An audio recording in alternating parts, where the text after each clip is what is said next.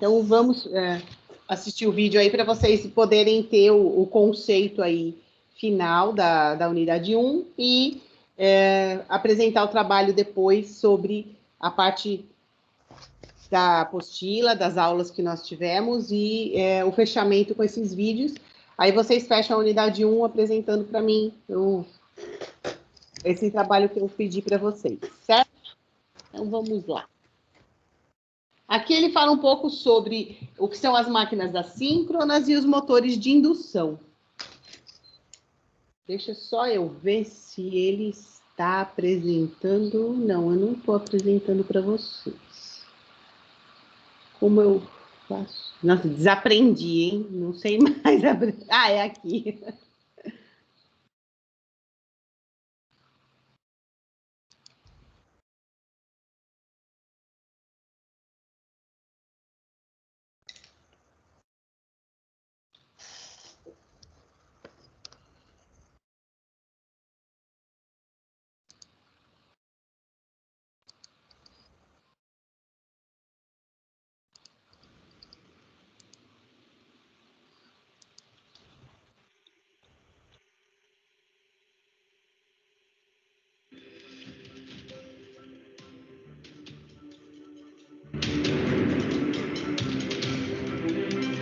Tem som aqui?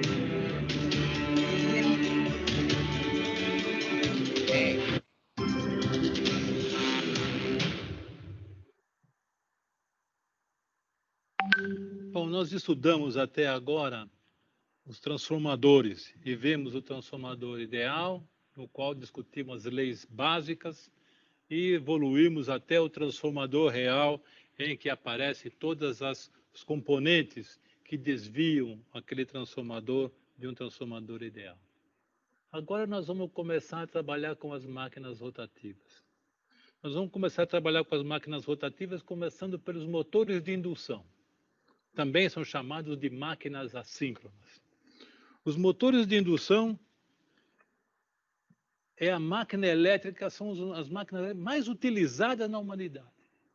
Se vocês pegarem 95% dos motores elétricos utilizados no mundo todo, são motores de indução.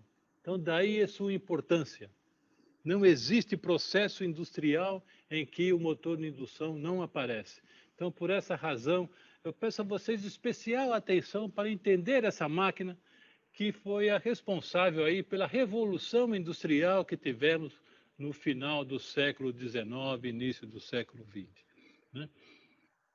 Aqui está, vamos discutir os aspectos construtivos dessa máquina. Ela tem duas partes principais. Uma parte fixa, que é essa aqui, que está em marrom, e uma parte móvel, que é aquela parte em azul, denominada rotor, a parte fixa é estator. Nessa parte fixa eu tenho alojado aí nela um enrolamento trifásico que nós vamos discutir como é que ele é construído. E aqui na parte rotativa, nesse cilindro, ele é cheio de furo na sua periferia e eu tenho barras cruzando toda a sua extensão e essas barras são curto-circuitadas aqui nas extremidades. Esse rotor que está aí nesse motor é feito com barras de alumínio. Temos também o rolamento, aqui e aqui, porque isso precisa virar. Esse rolamento ele tem perdas por atrito, que nós precisamos contemplar isso na operação do motor. E também tem um ventilador. Um ventilador porque o objetivo desse ventilador é refrigerar o motor devido ao aquecimento oriundo das perdas naturais que ele tem, que nós vamos discutir também. Enfim, e tem a sua carcaça com toda a sua característica aí também. Tudo isso é normalizado, viu, pessoal? Vocês têm normas para tudo, então, quando você vai comprar um motor, você verifica a sua instalação e analise a norma e vê aquela que mais é adequada para a sua instalação. Nessa imagem aqui, nós temos dois estatores em separado, para que vocês possam entender como ele é construído, tá vendo? Isso aqui é uma coroa cilíndrica, né? Na periferia interna são colocadas ranhuras e dentro dessas ranhuras condutores. Esses condutores são condutores de um enrolamento trifásico, né? Devidamente isolado. Aqui dá para ver, inclusive, que tem um material plástico que evita que esse condutor toque na chapa, né? Aqui há um outro estator muito semelhante a esse, mas é importante que aqui tem a caixa de ligação. Olha lá. Na caixa de ligação é onde chegam os terminais desse enrolamento. Tá certo? Aqui são 6 terminais, aí, tem 6 pinos, e estão ligados 2 a 2. Dá para a gente deduzir se estão ligados 2 a 2, é uma ligação triângulo. Se fosse estrela, eu teria 3 pontos comuns. Então, esse aqui é um estator de um enrolamento trifásico e a conexão dele está em triângulo. O rotor. O rotor pode ser, ele é concebido com 2 formas distintas, depende de sua aplicação. Aqui eu estou mostrando um rotor bobinado, ou seja, o cilindro ele também tem ranhuras e nessas ranhuras nós temos um enrolamento trifásico muito semelhante àquele do estator. Como isso está girando, para ter acesso àqueles terminais, é necessário que cada um dos terminais sejam fixados em anéis deslizantes. E em cima desse anel a gente coloca escovas, aí é possível acessar aquele enrolamento. É um rotor mais elaborado, ele mais caro, evidentemente, esse tipo construtivo, mas, no entanto, ele apresenta flexibilidades muito, muito grandes. O mais simples é o rotor de gaiola. O rotor de gaiola ele é constituído por um cilindro, né, que tem as ranhuras, e nesse cilindro se derrete, por exemplo, alumínio, põe alumínio derretido, preenche esses espaços, e nas extremidades se faz um anel de curto-circuito. Mostrando apenas os condutores, ficaria assim, ó, exatamente como é uma gaiola de esquilo, né? Por isso que muitas vezes se conhece esse motor como rotor em gaiola de esquilo, né? Evidentemente, esse tipo construtivo é muito mais barato, é muito mais simples. Os motores que vocês compram no mercado, qualquer um deles, seguramente o tipo construtivo é esse aqui. Aquele com motor de anéis só se compra mediante fabricação especial. Como é que funciona isso? Né? Vamos entender como é que funciona um enrolamento trifásico elementar. Para tal, eu fiz essa figura aqui, ó. Só me preocupei com o estator. O rotor aqui ainda não estou preocupado com ele nesse momento. Nessa circunferência aqui, eu vou colocar 3 bobinas idênticas, né? E elas são assim construídas, ó. A bobina A, ela começa aqui, vai lá, entra, passa por trás, sobe aqui, ó. Faço esse movimento, costuro, uma costureira aqui, tá vendo? A, e termina aqui no A'.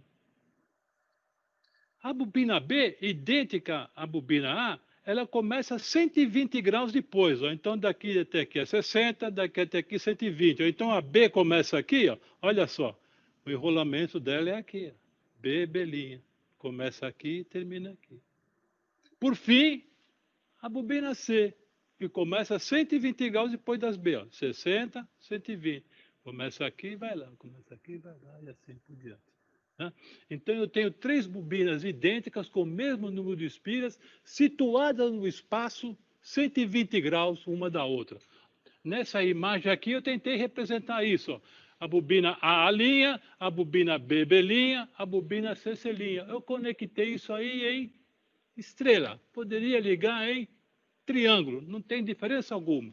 Mas aqui o ponto neutro é a união dos 3 terminais, A', B' e C'. Né?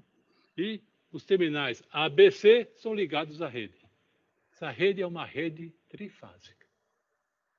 E como vocês sabem, uma rede trifásica fornece correntes trifásicas.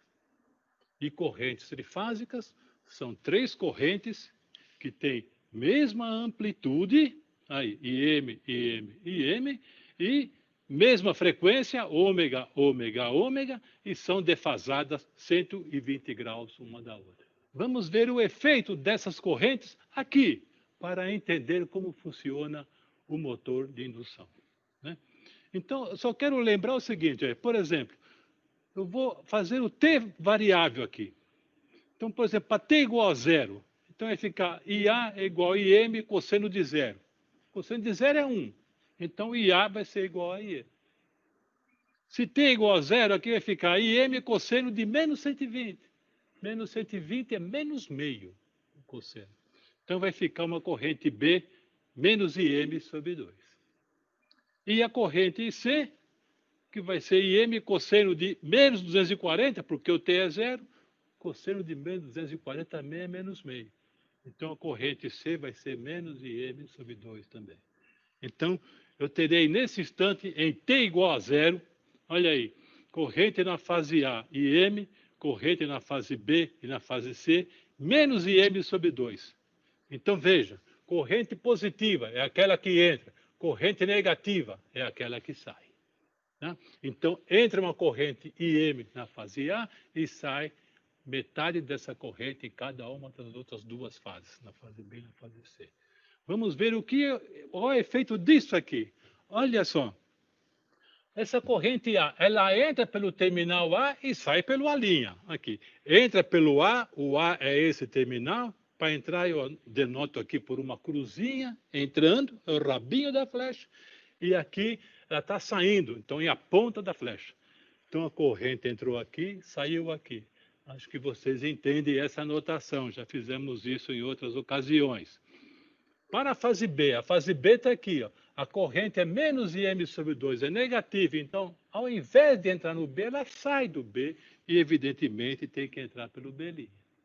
Por fim, na fase C, a corrente é menos IM sobre 2. Então, ela vai sair pelo C e entrar pelo C'.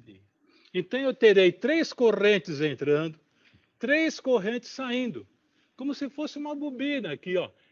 Entra aqui, sai aqui, entra aqui, sai aqui, entra aqui, sai aqui. Tá? Então, vai produzir um polo norte aqui e um polo sul aqui. Tá certo? Eu coloquei aqui um eixo indicando o polo norte. Ó. Então, nesse instante T igual a zero, o polo norte está nessa direção. Né? Agora, se eu faço a mesma coisa para ômega T igual a 2π sobre 3, 2π sobre 3 é 120 graus, pessoal. 120 graus. O que vai acontecer é o seguinte, a corrente IB vai ser positiva e vale IM. A corrente IA e a corrente C vale menos IM sobre 2. Fazendo o mesmo procedimento. Né? Aí, entra pelo B, sai pelo B, a positiva. E na A e no C, vai sair do A e vai sair do C. Ou seja, essa distribuição de corrente resultante, ó, 3 entrando, 3 saindo, é idêntica àquela anterior. Tá? É idêntica. Olha só. A única diferença é a posição. Então, o polo norte que estava aqui, passou para cá. Se eu continuo, olha lá, para ômega T igual a 4π sobre 3, 4π sobre 3 é 240, pessoal. Olha o que acontece. O polo norte que estava aqui veio para cá. Então, veja bem, aconteceu isso daqui para cá, para lá, tá certo? Olha só. Aí. Então, o campo magnético girou. O próximo passo é voltar àquele. Quer dizer, um sistema trifásico de correntes percorrendo o enrolamento trifásico produz um campo magnético rotativo. E ele dá uma volta a cada ciclo da frequência. Essa é a máquina, esse é o enrolamento trifásico elementar de 2 polos. Tem um polo norte e um polo sul. E essa rotação desse campo girante, que eu chamo de NS, rotação síncrona, é igual à frequência. Quer dizer, se fosse um enrolamento de 2 polos na frequência 60 Hz, que é o nosso caso aqui no Brasil, esse campo giraria 60 rotações por segundo. Ou 3.600 rotações por minuto, que é a rotação mais comum. Muito bem. Essas correntes do estator, elas induzem correntes nos condutores do rotor.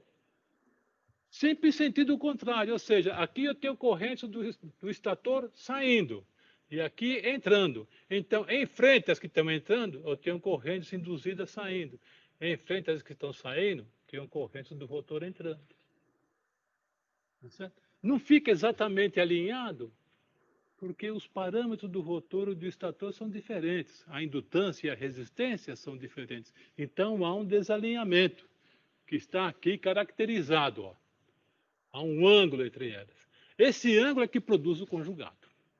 É esse ângulo que faz ele virar. Porque a tendência sempre é o alinhamento. Eles buscam o alinhamento desses campos. Isso é um conceito importante, sempre buscar o alinhamento dos campos. E o motor começa a girar no sentido do campo girante. Você tem um campo girante girando com uma rotação fixa e o rotor começa a girar atrás desse campo girante. Né? E à medida que ele vai girando atrás do campo girante, essas correntes vão variando. Vão diminuindo, porque a velocidade relativa entre o rotor e o estator vai diminuindo à medida que o rotor vai acelerando. Se o rotor acelerasse numa rotação igual à rotação síncrona, a velocidade relativa entre os dois é zero, aí não induz corrente. E o rotor tende a perder rotação. Então, o motor de indução nunca trabalha na rotação síncrona. Ele sempre trabalha com uma rotação abaixo, justamente para ter uma corrente induzida suficiente para produzir o torque. Nós vimos aí o caso da máquina de 2 polos. Mas nós podemos ter motores com mais de 2 polos. Né? É muito simples isso. Aquele enrolamento que nós desenhamos aqui, ó, que tem 6 ranhuras em 360 graus, eu agora faço as 6 ranhuras em 180. E coloco um outro desse lado. Então, aqueles 2 polos que estavam em 360, agora estão aqui em 180. Em 360 eu terei 4 polos. Então, ao invés de ter uma bobina por fase, eu vou ter 2. Uma por fase desse lado e uma por fase desse lado, constituindo um enrolamento trifásico dessa forma. Olha só, cada fase, a fase A tem a bobina A1, a linha 1. Antigamente vinha daqui para cá, agora é 90 graus apenas, porque o que era 180, 360 ficou 180. Então tem o 1, a linha 1, a 2, a linha 2. E assim mesmo, B1, B linha 1 e assim por diante. Eu liguei aqui esses bobinas em série. Né? Poderia ligar em paralelo, obedecendo aí as polaridades. Nesse caso aqui, é uma máquina de 4 polos e a rotação do campo girante é metade da frequência. Né? Muito bem. Como eu disse, né, o rotor nunca chega exatamente na rotação síncrona. Tem uma rotação um pouco menor que a rotação síncrona. Então, a gente caracteriza esse fenômeno por uma grandeza chamada escorregamento. Quer dizer, a diferença entre as velocidades do rotor, que é n, e da rotação síncrona, que é ns, como uma fração da rotação síncrona. Tá? Essa grandeza chamada S, que é o escorregamento, é fundamental para a análise dos motores de indução. Bom, vamos agora resolver um exercício simples para que a gente possa entender como que é aplicada essa teoria que vimos na aula de hoje. Suponha que eu tenho um motor de indução de rotor de gaiola, é o motor mais simples que existente, de 12 polos e foi alimentado por uma fonte trifásica de 60 Hz. Determinar a sua rotação em plena carga, sabendo que o escorregamento nessa condição é 3,5%. Né? Nesse caso, então, como o motor tem 12 polos, resulta um número de par de polos de 6. De modo que a rotação síncrona, que é F sobre P, resulta igual a 10 rotações por segundo. 10 rotações por segundo, se eu multiplicar por 60, dá 600 RPM. Né? O escorregamento, então, que é S, que é a rotação síncrona menos escorregamento sobre NS, me permite, dessa expressão, calcular a rotação, N, que vai ser 1 menos S NS. Como o escorregamento é 3,5%, ou seja, 0,035, em 1 menos 0,035 vezes 10 resulta uma rotação de 9,65 RPS. Ou seja, esse motor em plena carga gira a uma rotação de 579 RPM. Entenderam, pessoal? É isso aí.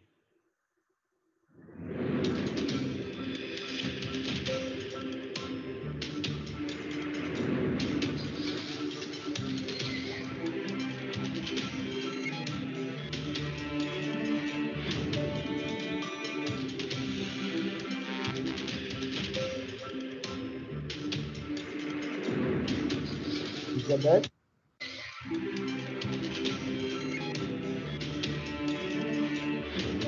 Alguém tá aí?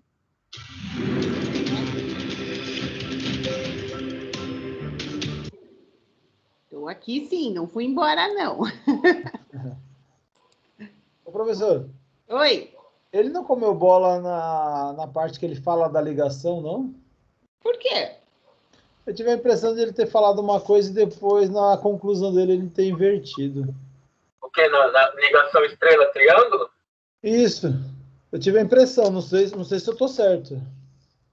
Eu lembro no começo, ele falou que 2, 2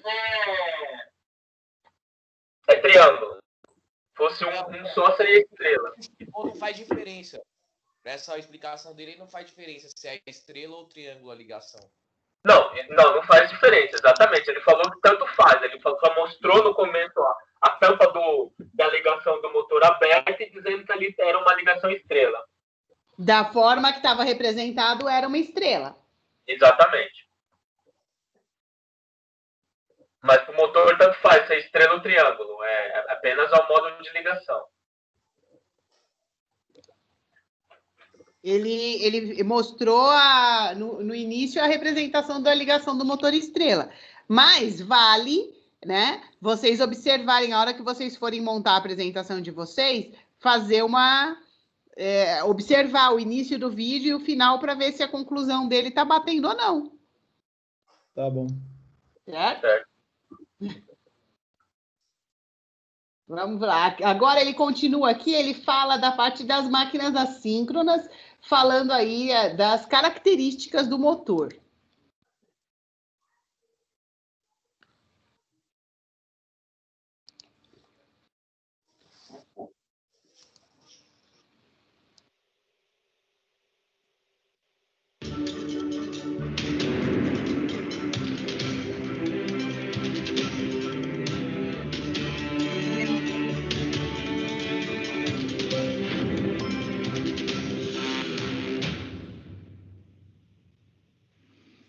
Bom, pessoal, nós vimos na aula passada os princípios básicos de funcionamento de um motor de indução.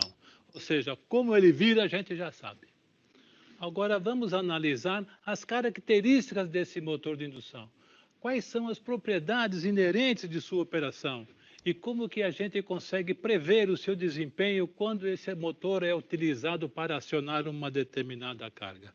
O motor de indução nada mais é do que um transformador rotativo. Nós já aprendemos o que é um transformador. O motor de indução é um transformador idêntico àquele, só que agora ele gira. Porque ele tem dois enrolamentos, um do estator, outro do rotor. Esses enrolamentos são magneticamente acoplados, então o comportamento dele é idêntico ao comportamento de um transformador. De modo que o seu circuito equivalente é totalmente semelhante. Observe, nós temos a resistência R1, que é a resistência por fase do estator. R'2 é a resistência por fase do rotor, refletida ao estator. A reatância de dispersão do estator e do rotor. E também a resistência de perdas e a reatância de magnetização. É conveniente a gente discutir um pouco essa questão da resistência de perdas e a reatância de magnetização do motor de indução com relação ao transformador. No transformador, a resistência de perdas sempre representa apenas perdas no ferro, ou seja, perdas por histerese e perdas Foucault. No motor de indução, além dessas perdas no ferro, nós temos também perdas de natureza mecânica, por exemplo, atrito nos rolamentos, como eu comentei, e perdas de ventilação, perdas por atrito e ventilação, que estão contempladas nesse parâmetro aqui. Então, RP, a potência nela dissipada, contempla perdas no ferro, perdas por atrito e ventilação e perdas por esterese. Ou seja, essas perdas todas eu vou denominar de perdas rotacionais. Basta o motor virar, essas perdas aparecem. Né? A reatância de magnetização no motor de indução ela é um pouco menor do que a reatância de magnetização dos transformadores. Porque no motor de indução nós temos um entreferro. Esse entreferro aumenta muito a relutância, isso faz a indutância cair, por essa razão a reatância de magnetização do motor de indução é bem menor do que aquela que se encontra nos transformadores. A diferença está aqui na carga. Observe, a carga do motor de indução aparece aqui essa resistência. R'2, 1 menos S sobre S. S aí é o escorregamento. Então, é uma resistência que depende do escorregamento. É interessante que a potência dissipada nessa resistência é fictícia, hein? Fictícia. Não dá para se medir isso aqui. É exatamente igual àquela potência útil que é transferida à carga, no caso do transformador. A partir desse circuito, duas características importantes nós extraímos. A primeira é o comportamento da corrente em função da rotação. Observem aqui que com rotação zero, a corrente é elevada. É exatamente o que acontece quando você liga o motor. Quando você liga, uma corrente intensa circula por ele. Por isso que nos motores grandes precisam tomar muito cuidado, porque senão causa prejuízo grande à instalação. Então, ele parte, aí começa a se movimentar, sua rotação começa a crescer, essa corrente vai caindo, caindo, caindo. Normalmente, ela se estabiliza algo nessa região, mais ou menos. Um escorregamento em torno de 3,5% a 5%, que é normalmente o que ocorre no motor de indução. Evidentemente, essa corrente seria nula, teoricamente nula, se a rotação chegasse à rotação síncrona, mas isso não acontece, porque aí o motor perde torque e aí a rotação volta a cair. Essa segunda curva aqui é fundamental. Peço especial atenção de vocês essa segunda curva aqui. Sobretudo esse trecho aqui, ó, que vai da rotação de 0 até a rotação síncrona. Esse é o eixo da rotação. 0 corresponde a escorregamento igual a 1. E rotação igual a rotação síncrona corresponde a escorregamento igual a 0. Nesse caso aqui, com rotação 0, o motor desenvolve esse conjugado CP que está indicado nesse ponto A, que é o conjugado de partida do motor. É o conjugado que o motor desenvolve quando você liga ele na rede. Tá? E aí, esse conjugado de partida tem que arrastar a carga. Então, o conjugado começa a acompanhar essa curva, vai aumentando, aumentando, aumentando, olha só. Chega nesse ponto B, esse ponto B é um ponto característico, é justamente o conjugado máximo que esse motor consegue desenvolver. Acima desse ele não consegue. E se continuar a acelerar, esse conjugado vai cair e vai chegar nessa região, que normalmente é a região para a qual dimensionamos o conjugado nominal do motor. Normalmente, em operação normal, ele trabalha nessa região, que é esse escorregamento em torno de 3% a 5%. Né? Muito bem. Fora dessa região, aqui, ó, com rotação acima da rotação síncrona, ele não consegue ir sozinho. Aí é necessário ter um motor no eixo da máquina assíncrona para levá-la a uma rotação acima da rotação síncrona. Fazendo isso, nós conseguimos gerar energia. A nossa máquina, nosso motor de indução passa a ser um gerador. Esse princípio é utilizado em algumas fazendas eólicas, que utilizam esse tipo de gerador de indução. Para tal, então, a rotação dele é um pouco superior à rotação síncrona. Essa região aqui, denominada região de freio, que é justamente a região onde a rotação é negativa, rotação menor que 0. Significa que o campo girante está num sentido e o rotor está em sentido contrário.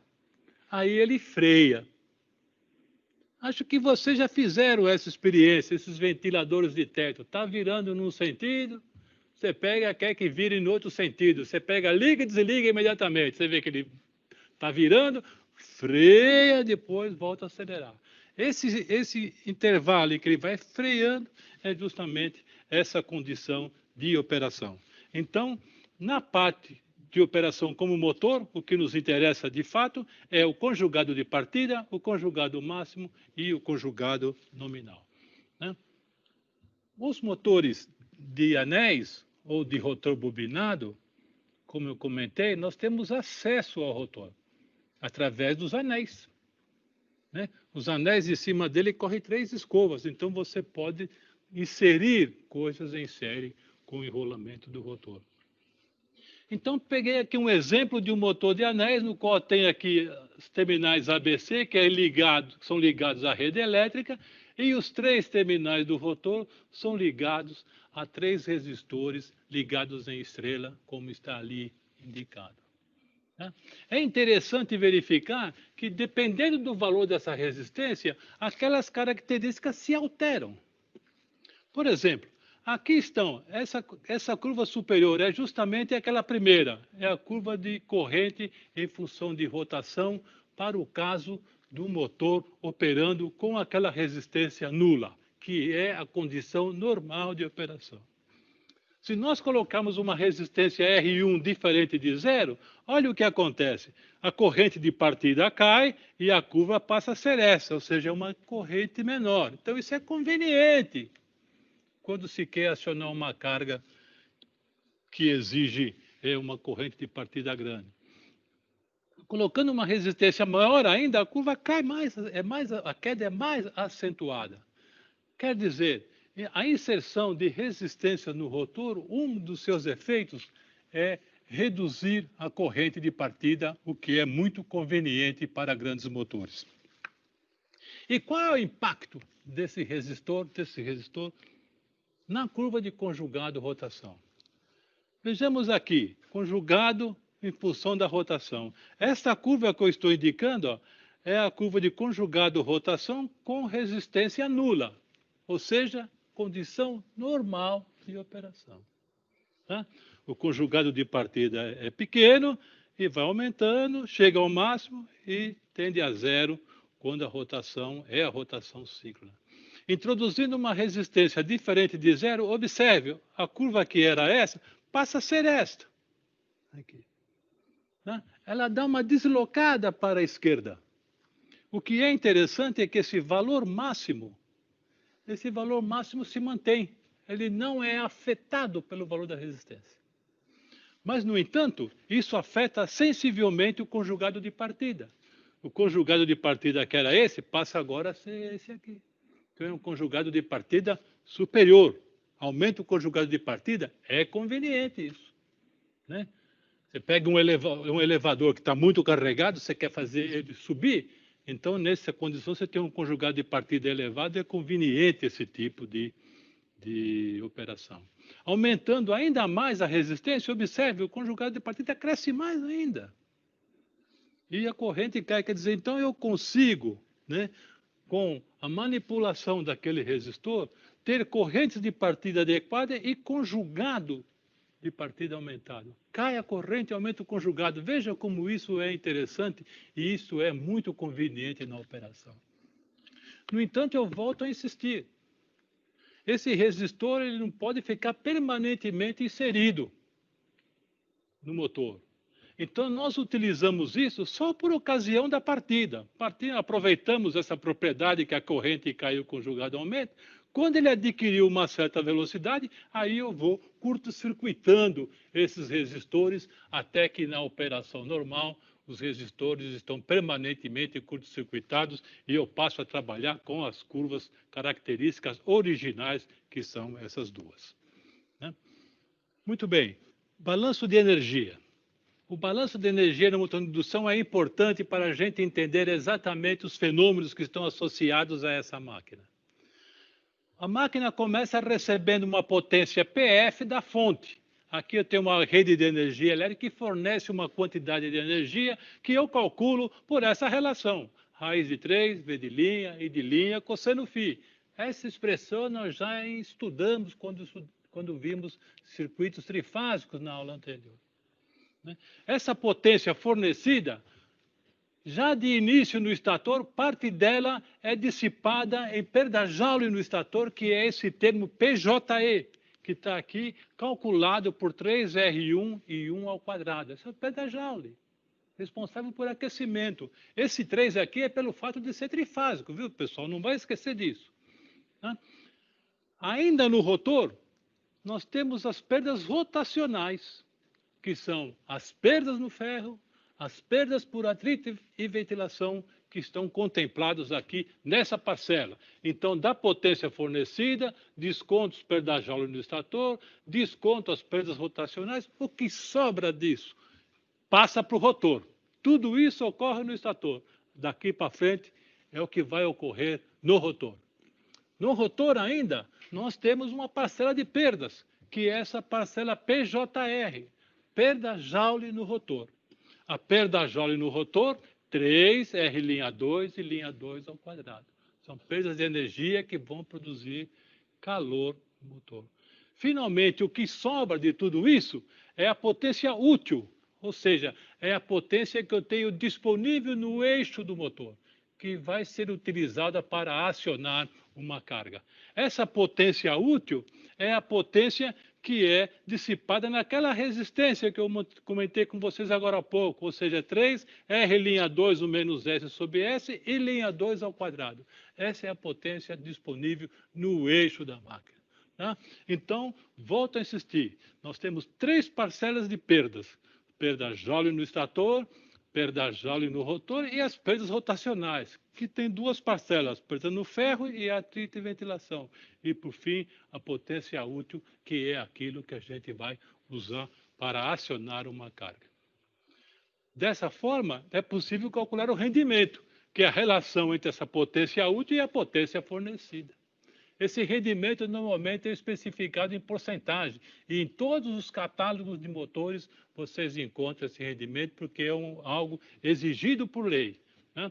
Então, o rendimento é a potência útil pela potência fornecida. Esse rendimento nas máquinas pequenas pode chegar a 75%, nas máquinas médias a 85%. Já vi motores grandes com rendimento de 92%, pessoal. Rendimentos elevados, né? E as potências fornecidas, a potência útil, como eu disse, é dado por essas expressões que estão aí. Agora, como é que funciona esse motor quando tem, de fato, uma carga real para acionar? Isso aí é interessante, é uma parte da física legal da gente entender. Essa característica que está aqui representada, ó, é a curva conjugado em função da rotação do nosso motor. Tá certo? Agora, a carga, ela também tem uma curva conjugado em função da rotação. Um conjugado resistente. Porque a carga, para cada rotação, você tem que aplicar um certo conjugado. E essa característica aí, ó, do conjugado resistente em função da carga, eu coloquei aqui uma característica típica de uma carga, função de atrito. Por exemplo, um ventilador.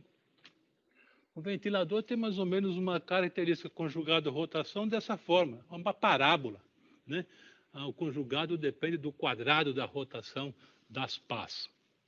Vejam bem, se o conjugado de partida for superior ao conjugado exigido pela carga para ela sair da inércia, essa diferença de conjugado produz uma aceleração do motor. Ou seja, o motor começa a se movimentar. Enquanto o conjugado do motor for superior ao conjugado resistente, como está indicado aqui nos pontos dessa figura,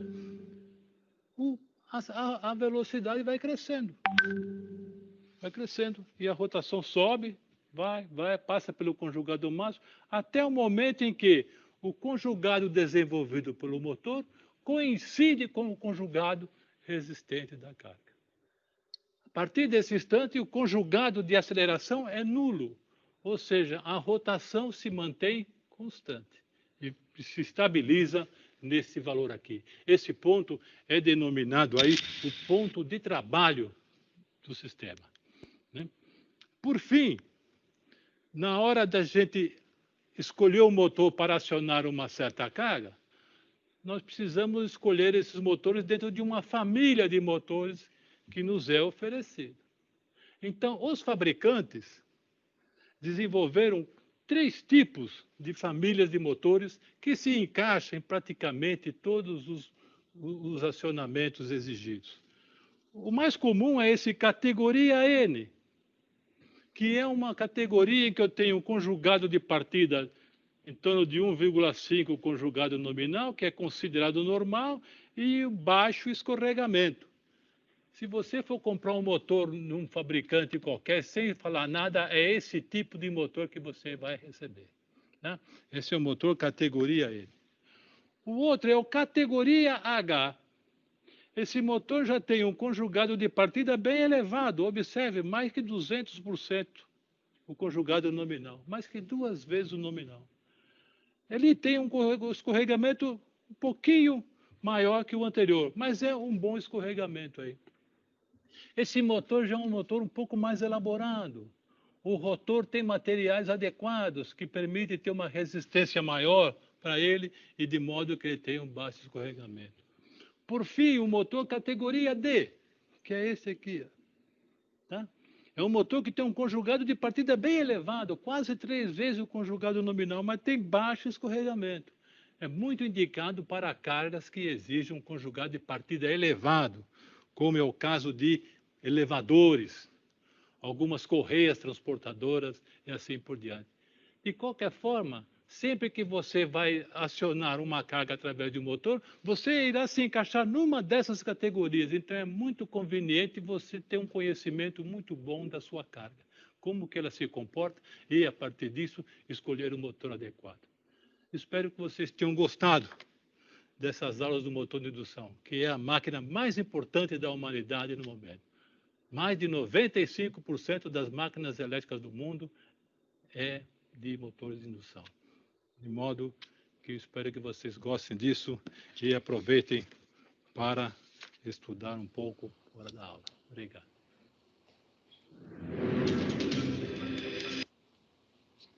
Então, aí ele traz aí as características, né, desse motor de indução. Ele fala até do ponto onde esse motor ele passa a ser um gerador, né? Então, a hora que você dá a condição do motor de indução começar a trabalhar com o gerador.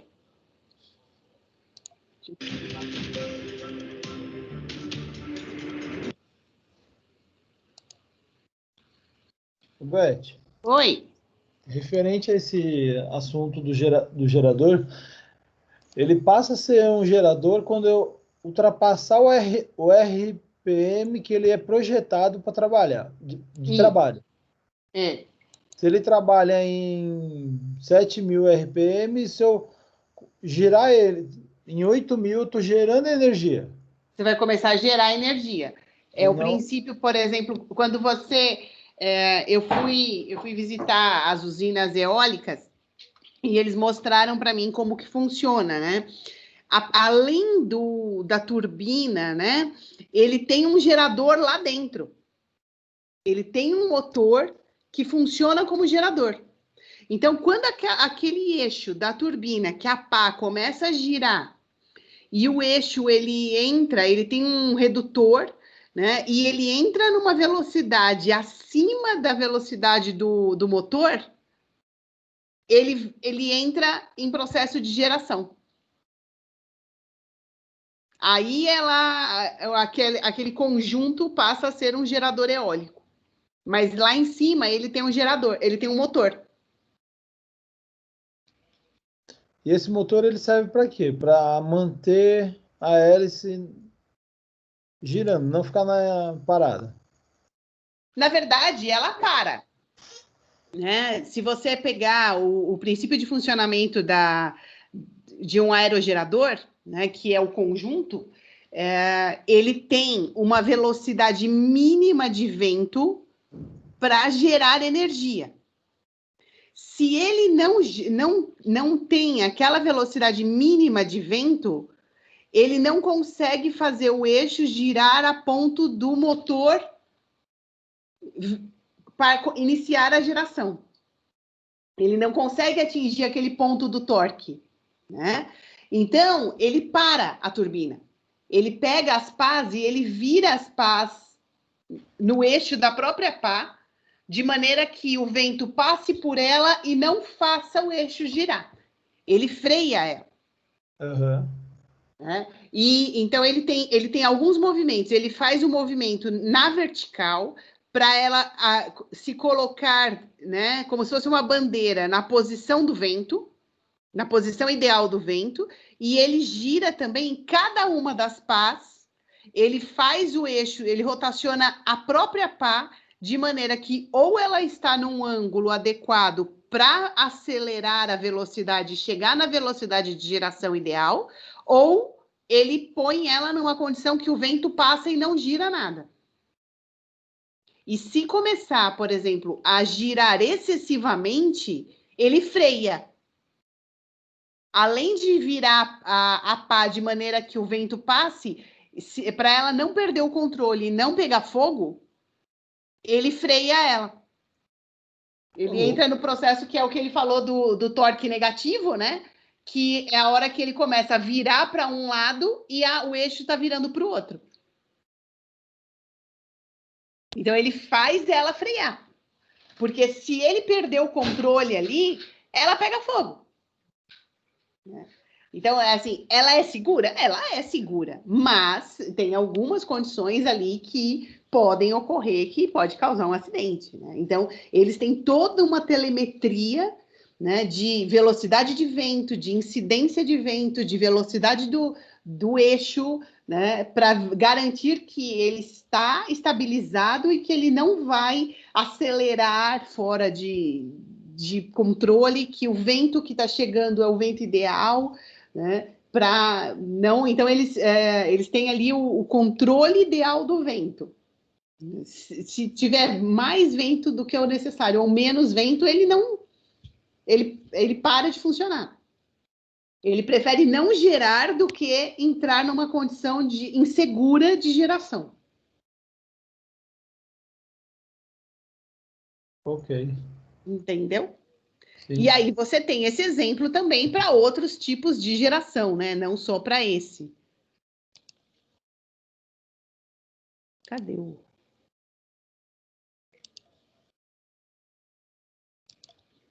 Esse foi o segundo, né? Professora. Oi. Eu vou me ausentar um pouquinho aqui, que a patroa caiu na escada aqui, vou ver se ela se machucou, tá? Oh, meu Deus, vai lá. Socorre, não brinca com isso, não. Ela caiu ou você deu uma mãozinha para ela descer? Não, cara, eu tava embaixo atendendo meu cunhado, que ele chegou, ela foi descer para trazer um negócio dele. Vocês conhecem o Júnior e Paulo conhece o Júnior e Paulo é a mesma pessoa. Paulo e Wagner conhecem a escada aqui em casa, né? Caiu, desceu uns 3 degraus de costa aí. Nossa, nem brinca. Vai lá socorrer ela, que cair na escada é perigoso. Não brinca com isso, não. Mas a sua aula não ouviu o que a senhora falou, tá?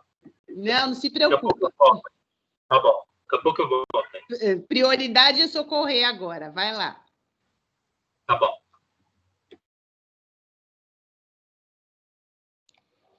Nossa, nem brinca. A escada é perigoso demais. Não dá para brincar com isso, não. Um tombo em escada é sério. E com chuva, né? Pé molhado, tudo, um passo a mais que você dá ali fora de posição acaba escorregando mesmo. Não precisa nem ser com chuva, professora. Eu fui buscar, eu estava com duas lâmpadas fluorescentes. Fui buscar para um cliente. Quando eu voltei, eu pisei na água e fui descer a escada. O pé escorregou, caí com as lâmpadas fluorescentes na mão, tudo. Ai! Bati a costela no degrau, a lâmpada estourou. Vai. Você tentou salvar a lâmpada, né? Esqueceu de salvar você. Nada, não salvei, nem tentei. Salvar a lâmpada, coloquei a mão no chão para me defender. A lâmpada estourou na hora.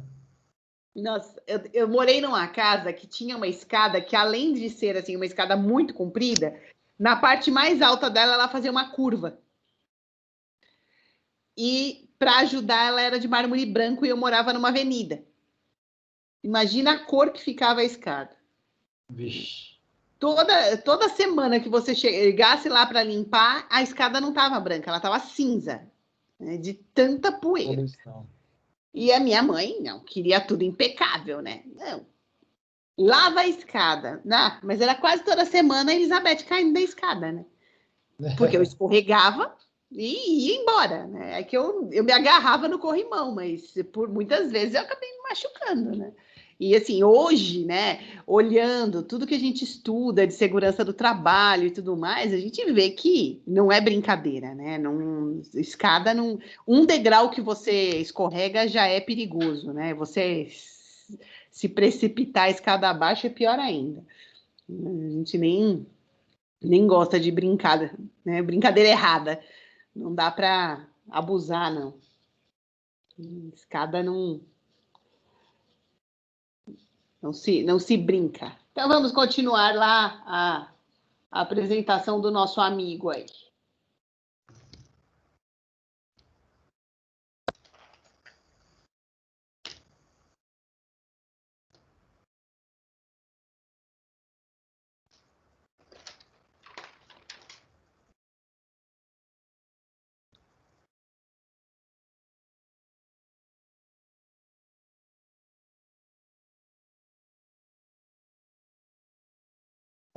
Tá sem áudio, professor. Opa!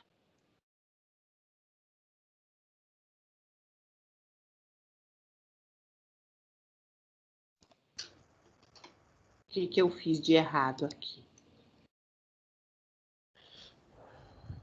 Agora ele fala das máquinas síncronas. Então vamos ver aqui. É que tem um lugarzinho aqui que eu tenho que clicar ele, senão não vai. O som. Pronto, incluir som. Agora vai.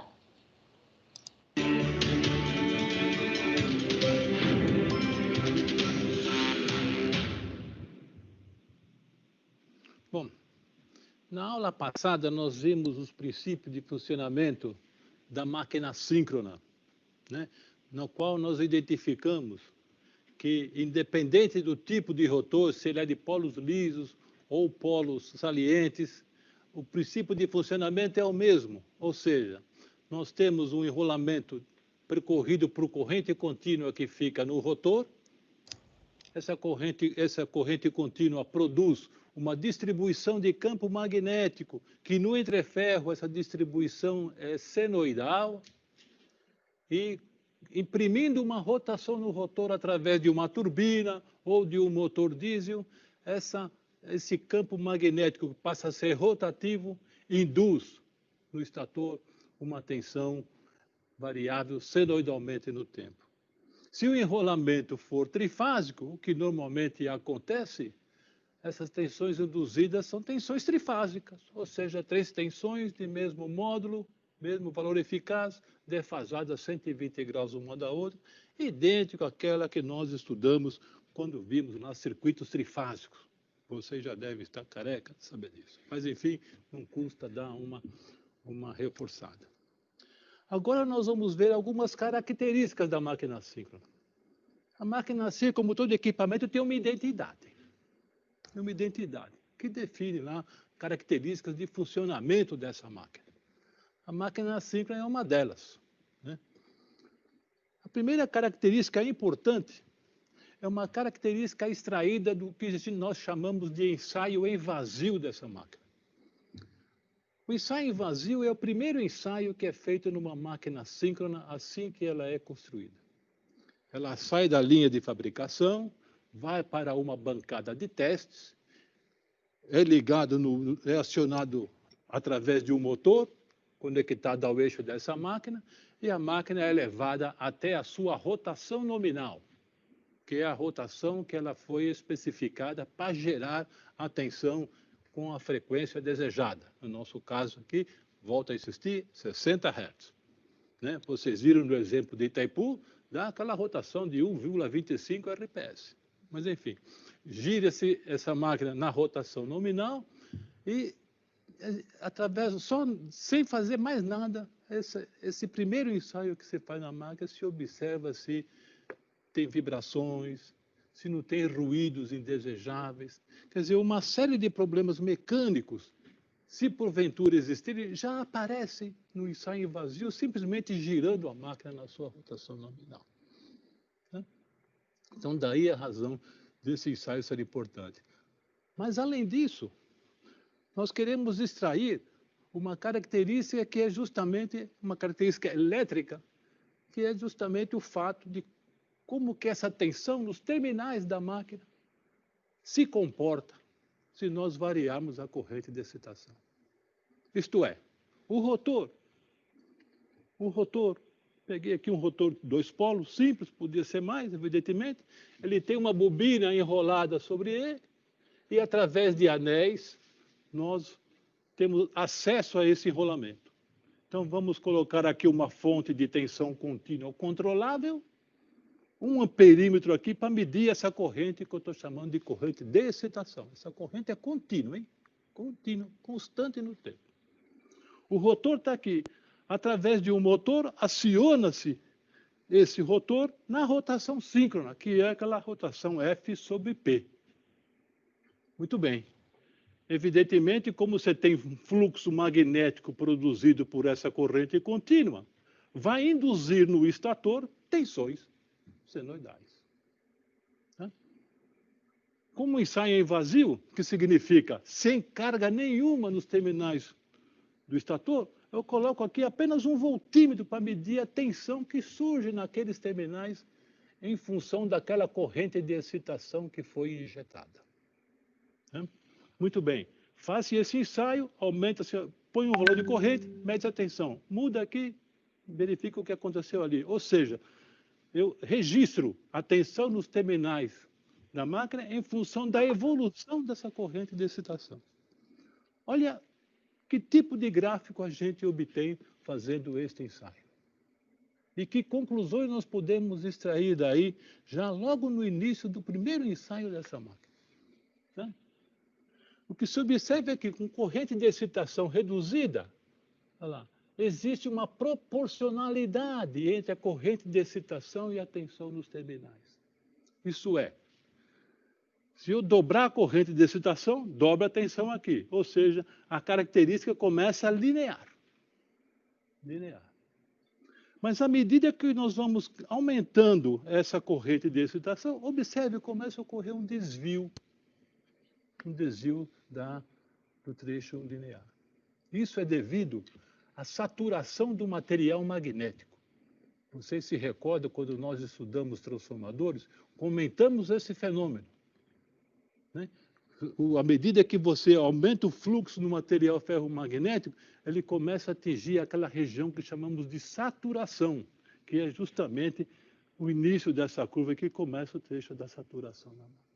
Tá? E isso vai em frente, até que se tiver muito saturado, essa curva aqui fica quase uma reta paralela aqui a esse eixo horizontal. Né? Muito bem. Essa curva de saturação é importante a gente identificar em que ponto de trabalho está a tensão nominal. Nesse caso aqui, a tensão nominal, estão vendo? Está no início da curva do trecho saturável. Aquilo que nós chamamos de joelho da curva. É o nome que está aqui. Começando a dobrar. Tá? Então, normalmente, os geradores são projetados para que a tensão nominal, ou seja, aquela tensão que ele deve produzir permanentemente, tá? Esteja nessa região da curva, no joelho. Se tiver muito na frente, está com problema esse gerador. Está com problema esse gerador. Está comprometido. Tá? Então, por essa razão que se projeta a máquina numa região aqui, próximo ao joelho da curva. Muito bem. Esse é o ensaio, e essa curva aqui, portanto, leva o nome de curva de saturação em vazio. Um outro ensaio é um ensaio em curto-circuito. Quer dizer, vou pegar agora os terminais do estator, vamos colocá-lo em curto-circuito e vamos colocar um amperímetro para medir a corrente de curto-circuito que vai circular entre esses terminais. E no rotor fazer a mesma ligação que foi feita no ensaio em vazio. Isto é, colocar uma fonte de corrente contínua de tensão ajustável e um amperímetro para medir a corrente em função da variação dessa tensão de corrente contínua no rotor. Tá certo? E aciona-se essa máquina na rotação síncrona E, que é F sobre P, que é a mesma rotação anterior. Só que agora, como está em curto-circuito, ao invés de a gente medir a tensão em vazio, que não há como, nós vamos medir a corrente correspondente, denominada corrente de curto-circuito. Então, nosso interesse nesse ponto é levantar uma curva que vai nos fornecer como se comporta essa corrente de excitação, de curto-circuito, perdão, em função da corrente de excitação injetada no enrolamento de campo. É esse o nosso objetivo. Feito isso, olha que interessante. Essa característica é uma reta. Não tem aquele efeito da saturação que ocorre no ensaio invasivo. Não tem termos. Porque eu coloquei aqui um trecho, até a corrente de excitação, até um pouquinho acima da nominal. Mas se a corrente fosse muito alta, evidentemente a saturação vai começar a aparecer aí. Mas aí essa corrente de curto-circuito está muito acima das correntes admissíveis para o motor. Muito bem. Então, essa linearidade aqui entre a corrente de excitação e a corrente de curto-circuito, que é denominada a característica de curto-circuito dessa máquina, vai nos possibilitar verificar se a máquina, com aquela corrente que foi definida, uma corrente nominal, se o aquecimento do enrolamento é exagerado. Então, o pessoal coloca essa máquina em curto, ela fica rodando algumas horas com a corrente nominal, e o pessoal fica registrando a temperatura para verificar se essa temperatura não vai exceder aí as características do material isolante. Isso é importante que se extrai, uma informação importante que se extrai do ensaio em curto-circuito. No ensaio vazio é a saturação. No ensaio em curto-circuito é o aquecimento das bobinas. Nessa imagem agora, nós colocamos as duas curvas sobrepostas no mesmo gráfico, com um objetivo importante. O objetivo aí é determinar um parâmetro já que caracteriza a operação da máquina assíncrona. Então, nós temos aqui, essa curva é a curva oriunda do ensaio em vazio. Vejo que eu prolonguei o trecho linear, porque é importante aqui esse ponto A, e aqui está o trecho saturável. E esse ponto B é justamente aquele correspondente à tensão nominal. Aqui em azul está a característica de curto-circuito dessa máquina. Corrente de excitação em função da corrente de curto-circuito. Eu coloquei a escala desse lado para não ficar confuso, misturar as duas escalas aqui no eixo da esquerda. Então, aí eu tenho as duas características, tensão em vazio e corrente de curto-circuito em função da corrente de excitação, que é única para os dois ensaios. E como se obtém essa característica importante denominada reatância síncrona? Eu me recordo que quando nós estudamos circuitos elétricos, nós vimos lá no estudo do receptor, vocês se lembram? O receptor tem uma força eletromotriz E e uma resistência interna. Aqui, no caso da máquina síncrona, é muito similar a isso. Só que o papel da resistência interna na máquina síncrona é caracterizado por esse parâmetro chamado reatância síncrona, que exerce aquele papel da resistência interna da máquina do gerador de corrente contínua. Muito bem.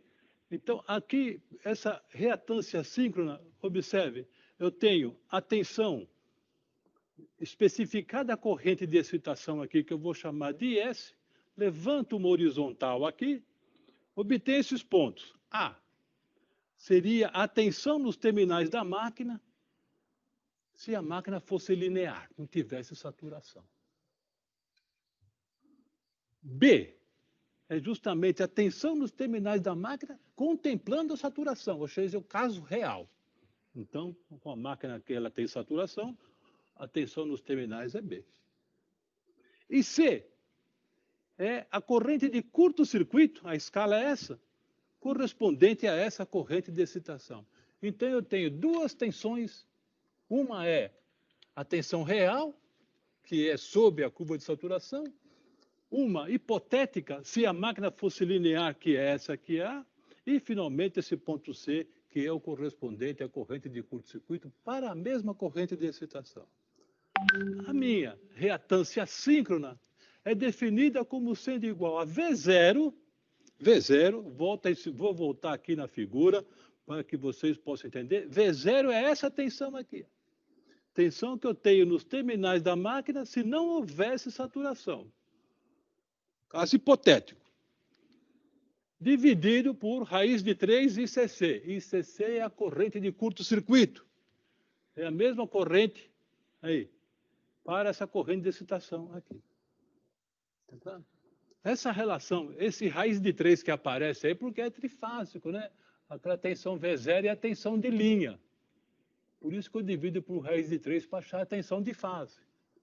Então, essa reatância assim determinada é denominada reatância síncrona da máquina, e a gente costuma falar que é a reatância síncrona não saturada, porque foi definida através do trecho linear da máquina. Né? E uma vez definida, o circuito equivalente da nossa máquina assim, é muito similar àquele do receptor.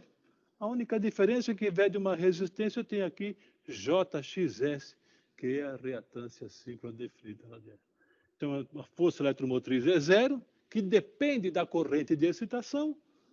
A reatância síncrona assim calculada, e eu tenho aqui a tensão e a corrente nos terminais.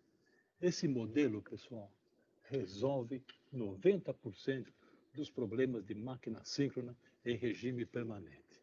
Ou seja, nas condições normais de operação. Em condições de problema, de defeitos, evidentemente tem que ser um modelo mais sofisticado. Mas em condições normais de operação, é mais que suficiente esse modelo. Nós podemos refiná-lo, corrigindo essa reatância síncrona devido ao efeito da saturação do circuito magnético. Isso é feito calculando-se um fator Ks de saturação. Um fator menor que 1. Esse fator Ks multiplicado pela reatância síncrona não saturada vai corrigir aquele efeito da saturação, definindo o que nós chamamos de reatância síncrona saturada, XDS. Como é calculado esse fator de saturação? É simples. Essa relação BD por AD. Eu vou voltar na figura para vocês entenderem quem é ele. Tá certo? Olha aqui. BD é justamente a tensão que eu tenho nos terminais da máquina com ela saturada para essa corrente IS. AD é a tensão que eu teria dos terminais da máquina se ela não fosse saturada. Essa relação BD dividido por AD, que é um número menor que 1, que é o fator de saturação procurado. Tá? Observe que em cada ponto aqui, ó, se eu mudar esse ponto para cá, para lá, o KD vai mudar. Ele só não mudará se eu pegar essa região linear, que vai coincidir. Não vai ter saturação aí também. Tá? Então, voltando ao nosso problema, definido esse fator Ks dessa forma, que é essa relação, eu calculo, então, a reatância síncrona saturada, simplesmente, né, multiplicando pela reatância síncrona não saturada, definida como foi mostrado na transparência anterior. Vamos pegar um exemplo disso aqui para consolidar esse conhecimento.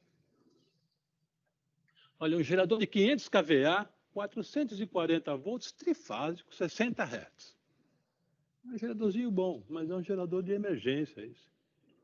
Apresentou as seguintes características em vazio e curto-circuito. Estão aqui representadas, ó, em vazio, tá vendo? E em curto-circuito, que é essa. A escala da tensão em vazio está aqui, nesse eixo da esquerda, e a escala da corrente de curto-circuito está aqui, nesse eixo da direita. Né?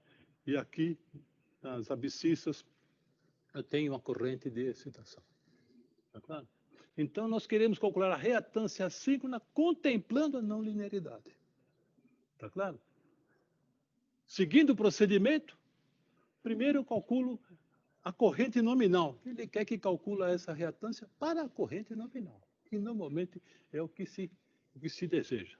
A corrente nominal, se a potência nominal é 500 kVA e a tensão é 440, não se esqueça, potência aparente é raiz de 3 vezes de linha. Tá certo? Então, eu calculo a corrente nominal aqui, que dá 656 amperes. Podem conferir essa conta. Tá certo? Aí nós vamos na característica de curto-circuito. Nessa característica aqui, ó, vem nessa escala, 656 amperes, vem aqui, acha o ponto C. Baixa o ponto C, acha a corrente de excitação, 25 amperes.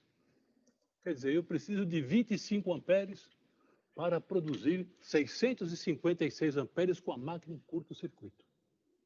Essa corrente de 25 amperes é no enrolamento de campo. Tá certo? Se eu, com essa corrente de excitação eu for na curva de saturação em vazio, que é essa aqui, ó, lá, a tensão que eu terei nos terminais é 400 volts. Terá uma tensão de 400 volts para esta mesma corrente de excitação, só que agora a máquina é em vazio. É em vazio. Se essa máquina fosse uma máquina linear, ou seja, não tivesse saturação, ó, essa característica seria uma reta sempre, esses mesmos 25 amperes resultaria nesse ponto A, que dá 460 volts. Tá certo? Então, eu tenho a ordenada do A 460, do B 400, e o C aqui é a corrente nominal de 656 amperes. Muito bem. Feito isso, para essa corrente de 56 amperes, como eu comentei, dá os 460 volts, que é o ponto A, isso me define aqui a reatância síncrona não saturada. Não saturada. 460, raiz de 3, 656, que dá 0,405. Né? Corrigir o efeito da saturação é muito simples. O fator de saturação é a tensão que eu tenho com a máquina saturada e a tensão que eu tenho com a máquina linear. Ou seja, é o 400 por 460. Multiplico pelo XS, que era 0,405, resulta lá uma reatância síncrona não saturada de 0,35 ohms. Esse parâmetro é fundamental e é um documento de identidade da máquina síncrona. Espero que vocês tenham entendido, porque se entenderam, vocês estão em condições de analisar o comportamento de muitos fenômenos que ocorrem nessa máquina elétrica muito importante para a geração de energia elétrica no mundo de hoje. Obrigado.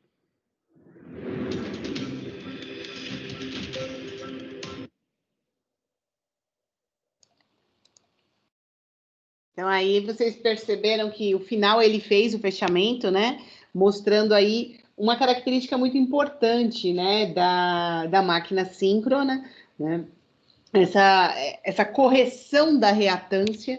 Então, não basta você calcular uma vez a reatância, né? Porque ela vai ficar a reatância em vazio, você precisa fazer a correção para ter o valor correto dela. Então, uma característica interessante que vocês precisam guardar. Essa informação, né, é aquela informação que vocês têm que, né, eu escrevia na parede, né, eu pegava, colava um monte de papel na parede, para eu lembrar de todas essas informações.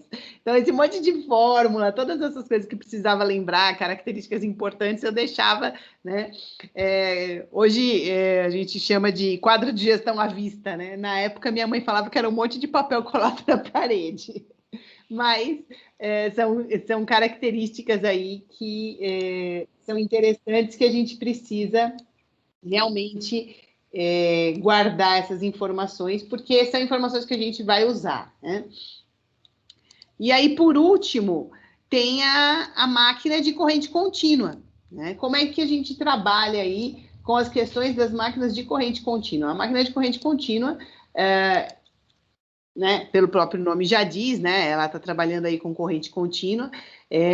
Nós pegamos exemplos até agora aí das máquinas de corrente alternada, né, e agora ele fecha, né, essa última aula com as características das máquinas de corrente contínua. Então, como que... Opa, peraí que eu não pus o som de novo. Como que ele põe... Incluir som. Aqui. Então, como que é a relação aí das nossas máquinas de corrente contínua? O que nós precisamos guardar aí de informação para fixar e trabalhar com máquinas de corrente contínua? Bom, estamos de volta para aprendermos aí os conceitos fundamentais da máquina de corrente contínua. Note que nós já estudamos a máquina de indução, a máquina síncrona e agora a máquina de corrente contínua. Não esquece também, estudamos transformadores. Quer dizer, são 4 máquinas fundamentais aí para toda a economia mundial, seja na geração de energia e no acionamento de equipamentos. A máquina de corrente contínua é uma máquina que vocês usam, mas nem percebem. Vocês encontram essa máquina nos trens, nos metrôs, nos trólebus, em alguns motores de corrente contínua, em equipamentos de diversão. Então tem uma série de aplicações dessa máquina de corrente contínua que vale a pena a gente ter uma noção básica do seu funcionamento. A máquina de corrente contínua, o seu aspecto construtivo é muito interessante, que é importante a gente já entender logo de início, quando toma contato com essa máquina. Nós temos aqui essa parte fixa, que é a carcaça da máquina de corrente contínua, na qual estão instalados essas peças aqui, denominadas peças polares. Aqui são os polos principais, e esses 2 menores aqui são denominados polos auxiliares ou interpolos. Tá? Então, esta é a parte fixa da máquina.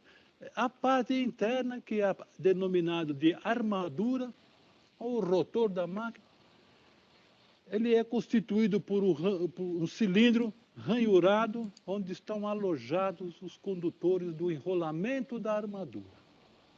Na ponta do eixo, aqui, nós temos um dispositivo denominado comutador, que é um cilindro de cobre feito de lâminas isoladas uma da outra, sobre as quais nós temos uma escova deslizante que nos permite o contato com o enrolamento da armadura através delas, né?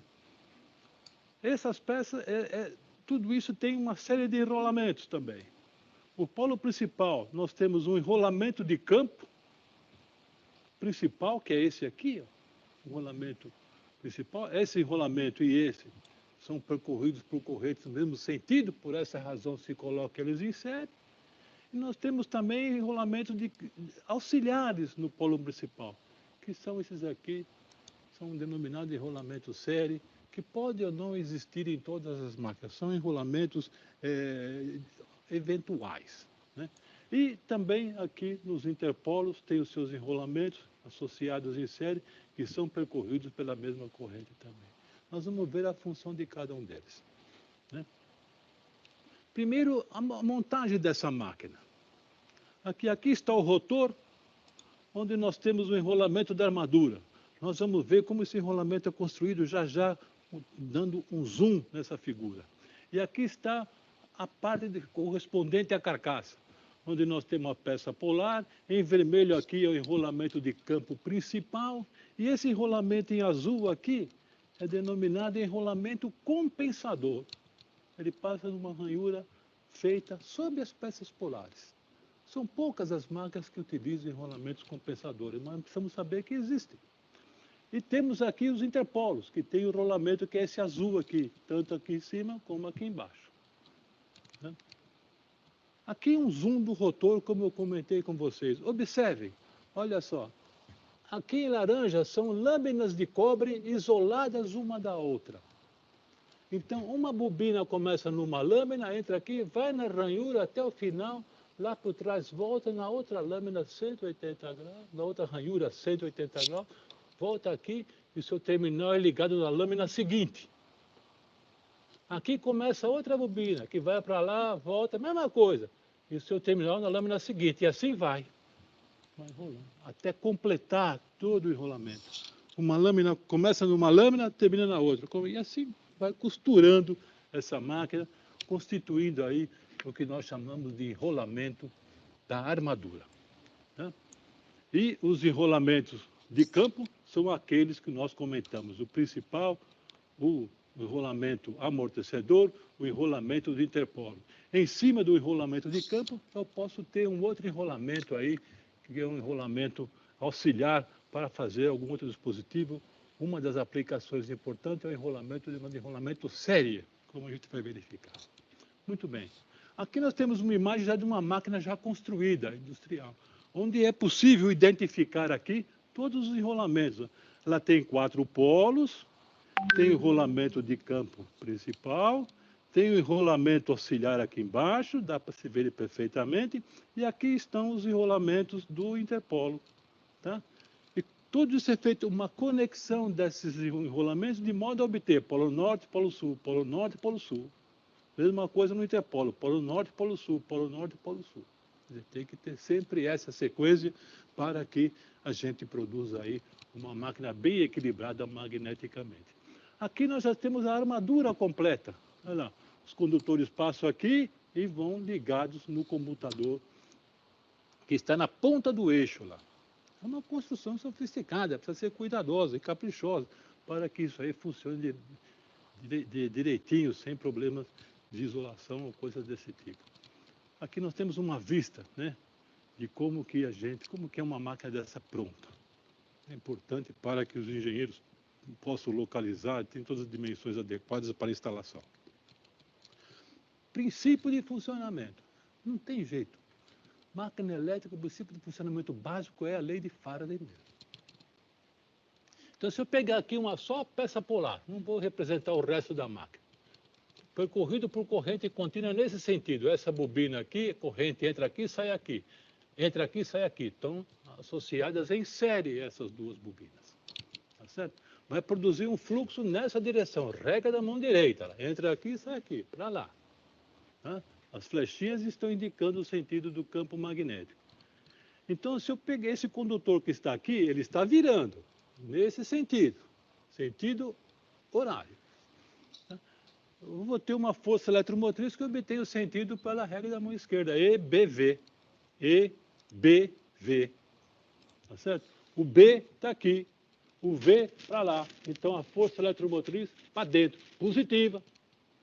Esse condutor aqui, EBV, novamente, B para cá, V para lá, força eletromotriz para cá, negativa. Então, fica positivo aqui, negativo aqui. Então, enquanto esse condutor estiver nessa meia circunferência, é positivo. E esse aqui, negativo. Quando eles chegam aqui, os dois, exatamente nessa linha vertical, os dois vão estar com um campo magnético nulo e a tensão induzida é zero. Quando passa, ele troca de sinal. Esse que era negativo passa a ser positivo e assim por diante. Então, dá uma distribuição de força eletromotriz induzida com essa característica. Né? É constante enquanto estiver aqui, depois diminui quando estiver na região do Dreyfus. Esse ponto aqui é justamente o da virada. Tá? Agora, o que acontece? Vamos colocar aqui o comutador, que nesse caso é muito simples. Imagine um caninho de cobre no qual eu separo as duas metades, passando exatamente pelo centro, e coloco na ponta do eixo, isolado um do outro. De modo que metade vai nesse condutor, a outra metade nesse condutor. Tá? À medida que se vai caminhando aqui, daqui até aqui, ele é positivo, o outro é negativo, dá essa tensão. Quando muda, esse aqui passa para cá e aquele vai para lá, os condutores trocam de polaridade, a escova pega a conexão correspondente e inverte a ligação. De modo que a tensão resultante, ao invés de ficar positiva aqui, negativa aqui, o comutador se inverte de pegar o terminal ao contrário e fazer ficar no mesmo sentido anterior. Ou seja, a tensão na escova tem esse comportamento, mas a tensão na bobina tem aquele comportamento que eu mostrei para vocês. Isso acontece se eu tenho apenas uma bobina, mas se eu tivesse 4, olha o que ocorreria. Veja que está ficando mais uniforme. Como se eu tivesse um monte, olha que haveria uma tensão contínua, praticamente. Tá? Esse é o princípio, então, do comutador que está aqui, que faz essa retificação mecânica da tensão alternada em cada bobina. Isso é importante que vocês entenderem. Tá certo? Muito bem. Como uma imagem para mostrar esse fenômeno, observe aqui, tem aqui as peças polares, Aqui estão os enrolamentos associados em série. Nesse caso, a corrente entra aqui, sai aqui, dá um campo magnético para baixo. Então, eu tenho uma distribuição de campo que tem essa configuração que está aí anotada.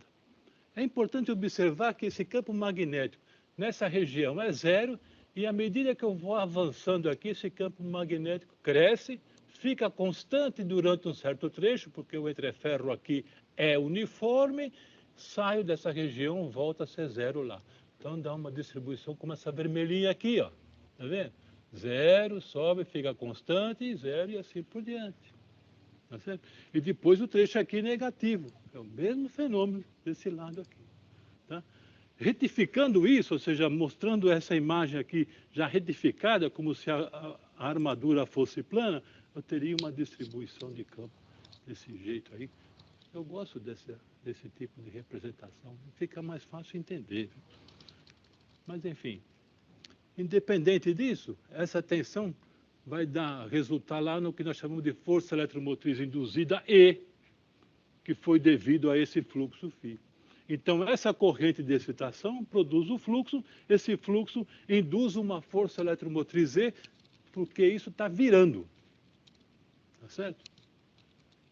E, evidentemente, a armadura tem uma resistência interna, essa força eletromotriz só não é igual à resistência interna devido à queda de tensão nessa resistência. Né? Se fosse ideal, RA igual a zero, E seria igual a V. Mas não existe isso.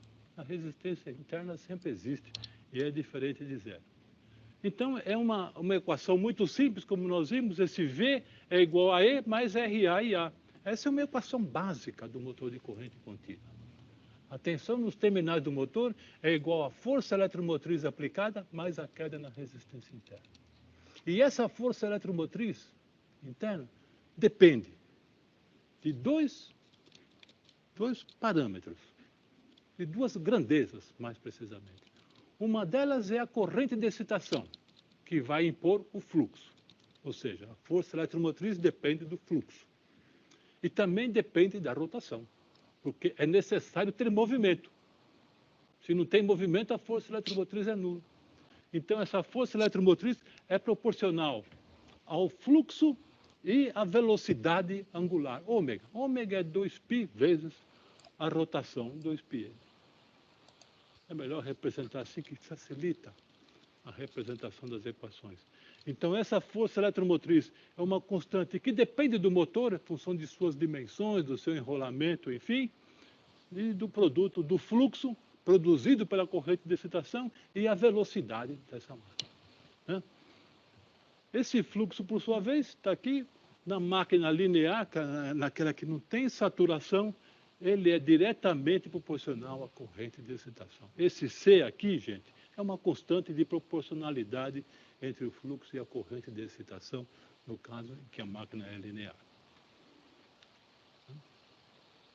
Tendo a força eletromotriz, é importante agora conhecer também o conjugado que esse motor desenvolve.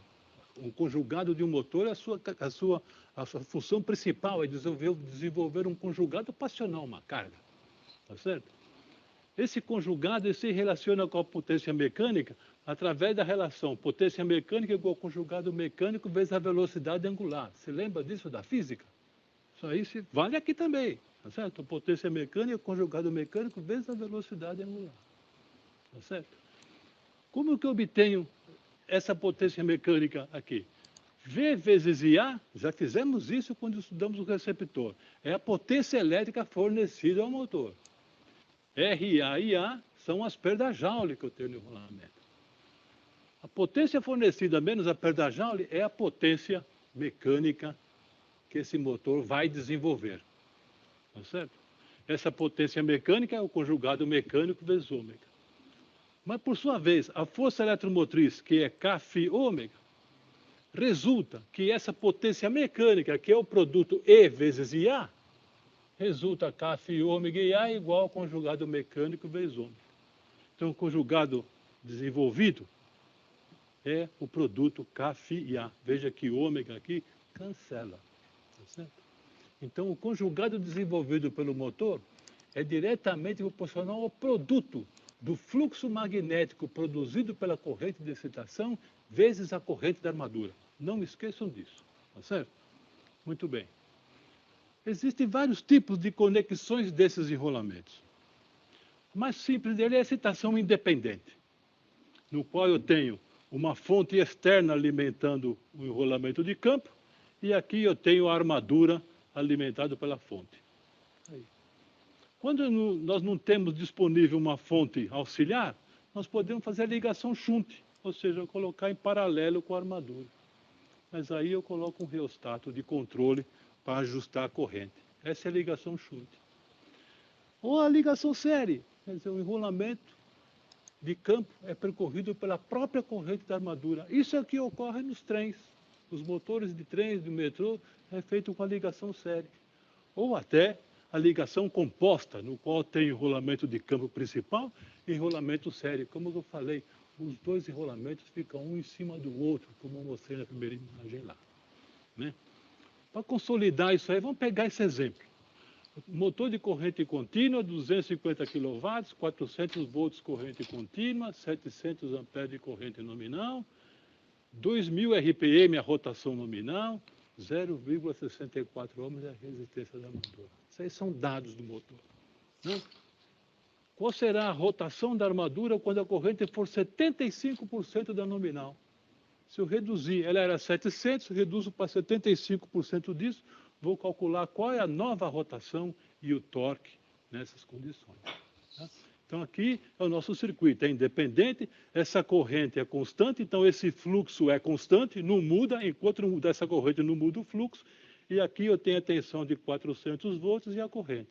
No eixo desse motor tem uma carga. Tá? Muito bem. Nas condições nominais, tensão de 400, corrente de 700. Então, é possível obter a força eletromotriz induzida, que é V menos RAI. Caprichando numa tabuada, dá esses 355,2. Tá? A potência útil é 250 watts. Tá certo? Então, potência útil 250, 1.000 watts, 250 quilowatts. Então, tendo a potência útil e a rotação nominal, que é 2.000, olha lá, 250.000 dividido por 2π, 2.000 sobre 60. Esse 60 é para transformar em segundo, viu? Não esqueçam disso. Isso dá 2.090 newton-metros, é o conjugado que o motor desenvolve nas condições nominais. Tá certo? Com aquela corrente de 700. Com a nova corrente, 0,75 dela, que corresponde a uma corrente de 525 amperes, resulta uma nova força eletromotriz, que é E' V menos RA E', que dá aí 366,4 volts. Dá uma nova força eletromotriz. Né? Então, eu tenho as duas forças eletromotrizes. E igual kφn, que é a força eletromotriz nas condições nominais. E tenho a força eletromotriz E', que é kφn', que é a nova força eletromotriz devido à redução da corrente da armadura. Se eu fizer o quociente dessas duas grandezas aqui, vai resultar isso, pelo fato de que o fluxo na primeira condição é igual ao fluxo na segunda condição, porque a corrente de excitação é constante. É um dado do problema.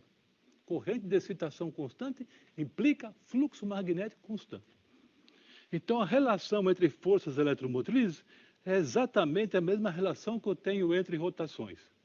Então, tendo a rotação na condição nominal, que é 2.000, a força eletromotriz nas duas condições, caprichando na tabuada ali, eu obtenho a nova rotação do motor de 2.063 RPM. Tá? De posse da rotação, calculo o torque. E' vezes I' sobre ômega. Né? Ômega, o novo ômega. Então, tenho a força eletromotriz 366,4, 525 a corrente e a rotação 2063 indicado lá. Caprichando na tabuada, isso dá 890 newton-metros. Vejam como reduz bastante. Era 2.090, passou para 890. E houve uma redução só de 25% na corrente. Quer dizer, isso aí é importante verificar que a redução da corrente afeta muito o conjugado. No caso, dá uma relação em torno do quadrado. Tá? Comparando aqui os dois conjugados, o novo E o anterior, aí, isso dá 42,5%. Tá certo? Então, é isso que a gente tem que ter em mente para ter o básico de como funciona um motor de corrente contínua. Eu tenho certeza que isso aí vai estimular vocês a entender um pouco essa máquina, sobretudo você que trabalha com engenharia de produção, você que vai trabalhar com engenharia de computação, o controle dessa máquina tem muito disso. Tá? E a engenharia de produção é como fazer essa máquina mais fabricada de forma mais eficiente. Então, acabamos aqui essa parte de máquinas elétricas e nós vamos, na próxima aula, começar a estudar algumas coisas sobre os fatores que envolvem a instalação industrial. Muito obrigado.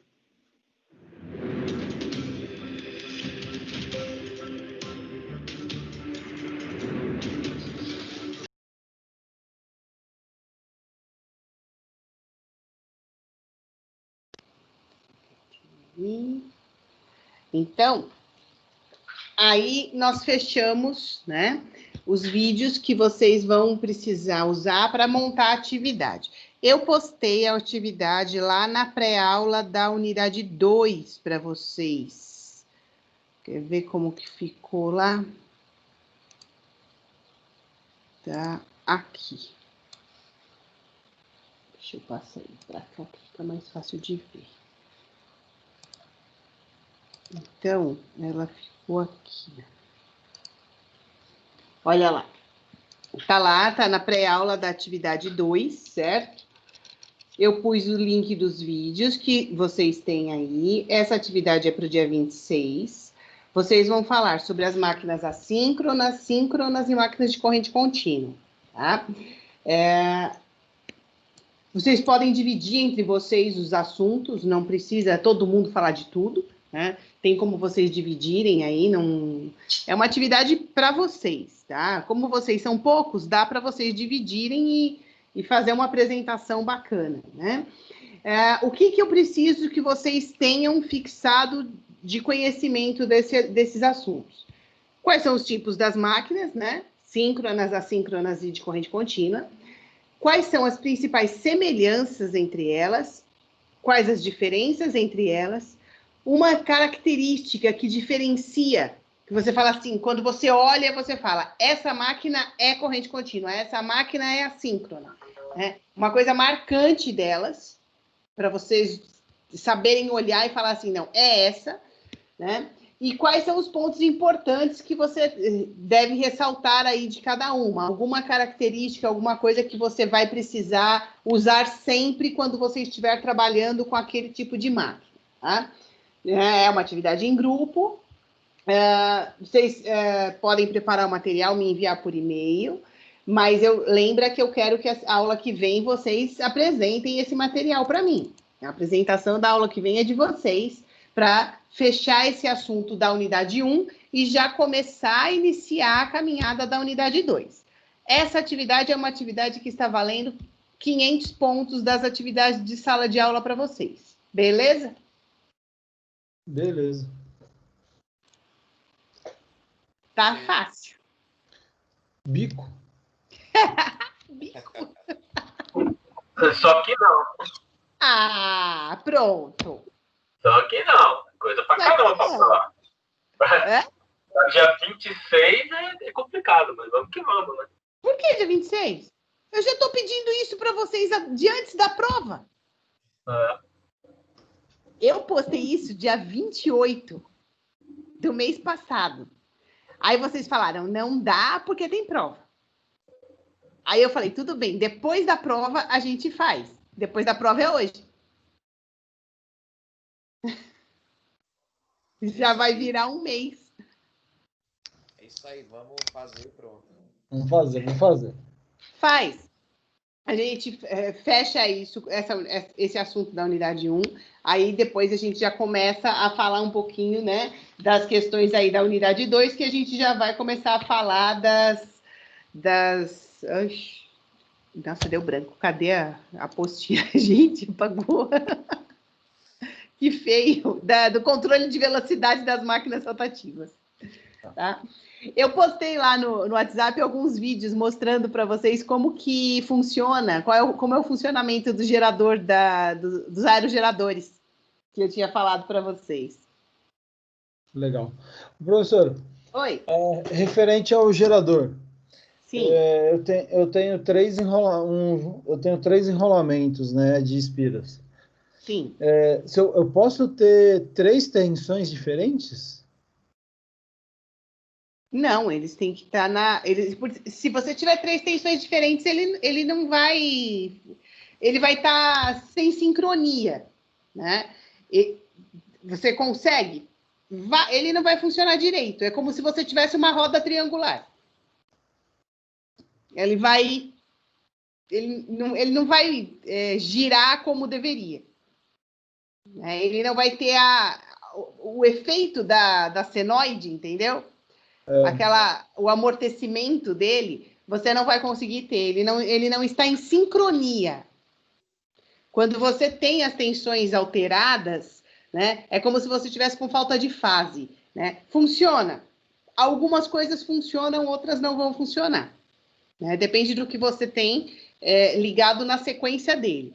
Mas é como se você tivesse com um carro andando com uma roda triangular. Ele vai andar de soquinho. Funciona? Pode funcionar, como ele pode se arrastar. Eu tô com um cliente que tem lá na região de Santana, Tucuruvi, lá para cima. Ele tem no imóvel um trifásico. Sim.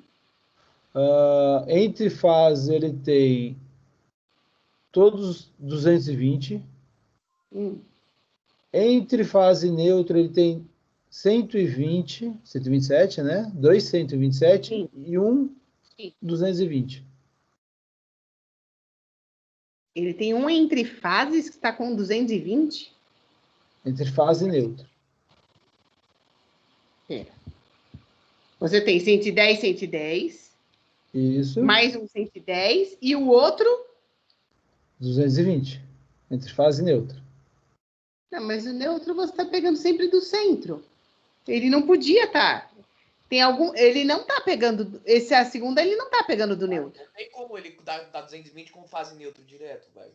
Não, ele está pegando da outra fase. É assim, ó. Você tem o triângulo, né? Fase, ele vai ter 220. 220 e aqui 220. Esse segundo, ele não está pegando do neutro. Esse neutro que ele está dizendo que é neutro, não é neutro. Ou então você está tendo um retorno... ferrado no neutro. No neutro. Você está retornando uma fase inteira no neutro. Não faz sentido algum. Não existe um tipo de transformador que gera isso? Não, tem que ter 2 fases, Wagner. Pra dar 220. Não, o neutro não vai te dar essa condição. O neutro é como se você tivesse um zero. Né? Ou você tem 2 fases, que fase 110 mais 110 vai dar um 220. Ou você tem 0 e 110. Que seria o 127, né? Ou você tem um 220 trifásico. Sim. Eu tenho um vídeo dessa instalação lá, eu fiz um vídeo, depois eu vou postar para você. Posta lá no grupo para todo mundo. Tá. A gente faz um grupo de discussão aí, a gente tem que achar uma solução para o que está acontecendo, porque não é estranho, alguma coisa, alguma ligação não está certa. E as coisas funcionam lá? Funcionam. Porque é 220, né? Ele não está dando mais que 220. Ele tem uma máquina de tirar pneu que é trifásica, funciona. Sim.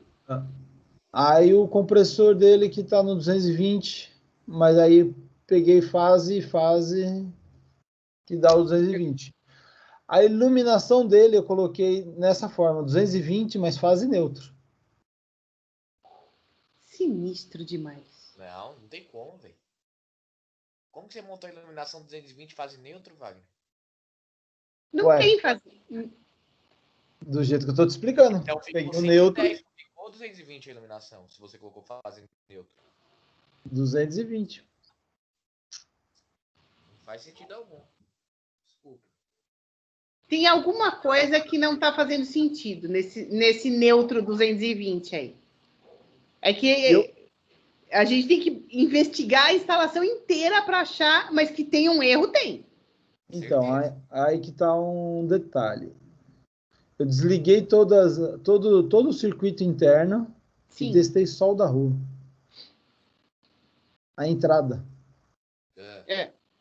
Eu testei a entrada, então a entrada estava dessa forma. A concessionária está entregando isso para ele? Sim. Ou esse neutro está voltando pelo aterramento? Não, tá vindo da concessionária. Essa fase que você está chamando de neutro, está voltando pelo aterramento. Bom, eu não posso afirmar isso. Mas por que daria em uma fase e na outra não? Nas outras não, né? Como que eu tenho dois 127 e um 220? E você está pegando do mesmo lugar? Do mesmo ponto. Do mesmo ponto neutro, vamos dizer. Do mesmo